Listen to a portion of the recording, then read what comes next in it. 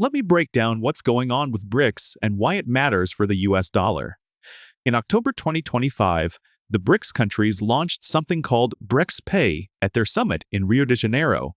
Think of it as an alternative payment system that lets countries trade with each other without using US dollars. It connects 185 countries and lets them pay each other in their own currencies instead of converting everything to dollars first. This matters because for the past 80 years, the dollar has been the go-to currency for international trade. If you wanted to buy oil from Saudi Arabia or sell cars to China, you pretty much had to use dollars. BRICS Pay changes that equation. BRICS started small in 2009 with just Brazil, Russia, India, and China. South Africa joined in 2010. But the group has grown a lot recently. As of 2025, they've added Egypt, Ethiopia, Iran, UAE, Indonesia, and Saudi Arabia as full members. That's 11 countries total. They've also brought in 9 partner countries including Malaysia, Thailand, Nigeria, and several others. More than 50 countries are waiting in line to join. When you add it all up, BRICS now represents about 45% of the world's population and roughly 35% of global economic output. These aren't small players. China makes about 30% of all manufactured goods globally. India is a tech powerhouse. Russia has massive natural gas reserves. Brazil feeds billions of people. Saudi Arabia controls huge oil supplies. Indonesia has the minerals needed for electric car batteries. The main reason is simple. They're tired of depending on the US dollar and dealing with American sanctions. Since 2014, the US has put sanctions on over 40 countries, freezing around $300 billion in assets. When Russia got hit with sanctions after the Ukraine situation, it showed everyone how much power the US has through the dollar system. Countries also got frustrated with institutions like the IMF and World Bank, which often came with strings attached that favored American interests. BRICS created alternatives like the New Development Bank, which has already put $35 billion into infrastructure projects without requiring countries to follow Washington's playbook. Here's where it gets interesting. In 2025, BRICS countries collectively have a bigger economy than the G7 wealthy nations. BRICS controls about 40% of global GDP compared to the G7's 29%.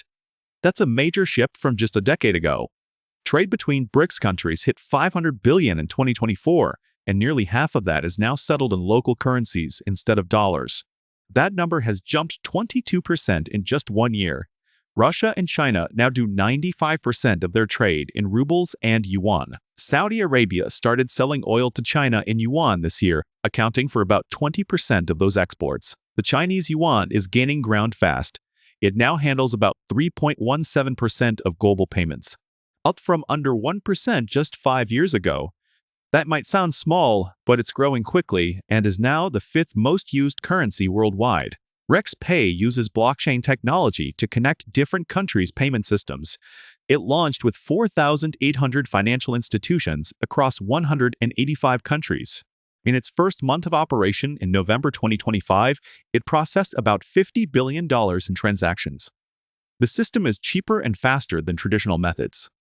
Transaction costs drop by 50–70%, and payments that used to take days now happen almost instantly. Most importantly, it doesn't rely on the US-controlled SWIFT system, which means American sanctions can't shut it down. Countries can settle trades in rupees, Brazilian reals, Chinese yuan, or a basket of currencies. No dollars required. China's alternative to SWIFT, called KIPS, handles most of the traffic right now. Let me give you some concrete examples of what's happening. Kenya refinanced $5 billion of dollar-denominated debt into Chinese yuan to avoid high US interest rates. Ethiopia switched $10 billion of debt the same way. Nigeria now settles 40% of its $20 billion trade with China in yuan instead of dollars. In Asia, Indonesia issued bonds in yuan that were oversubscribed 3 times over. South Korea renewed a $49 billion currency swap with China, and 20% of their bilateral trade now happens in local currencies.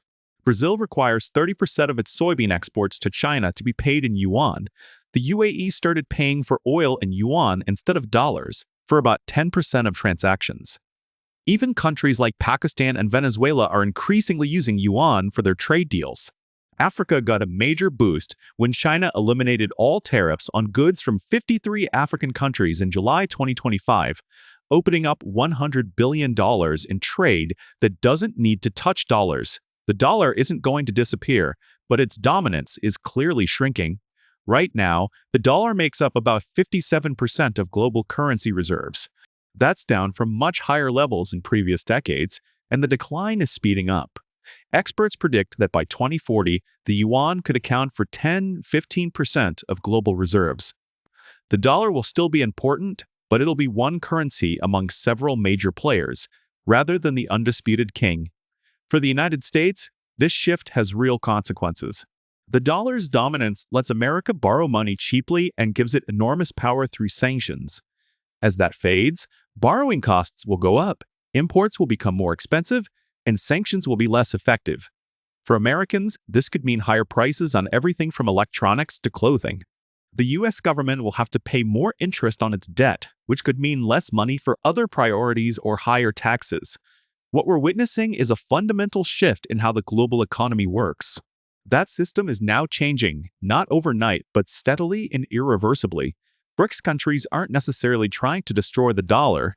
They just want more options and less dependence on American financial infrastructure. But the effect is the same. The dollar's special status is eroding. This isn't about picking sides or making moral judgments. It's about recognizing that economic power is shifting. Countries that represent nearly half the world's population and economic output have decided they want alternatives to the dollar system, and they're building those alternatives right now. The question isn't whether this will impact the dollar's dominance. It already is. The question is how quickly the shift happens and how well different countries adapt to this new reality. Based on current trends, we're looking at a world where the dollar remains important but shares the stage with other currencies in a way it hasn't had to since World War II. That's the situation as of November 2025. The mechanisms are in place, the momentum is building, and the numbers show it's working. Whether you're an investor, a business owner, or just someone trying to understand where the world economy is headed, this is the story you need to be following.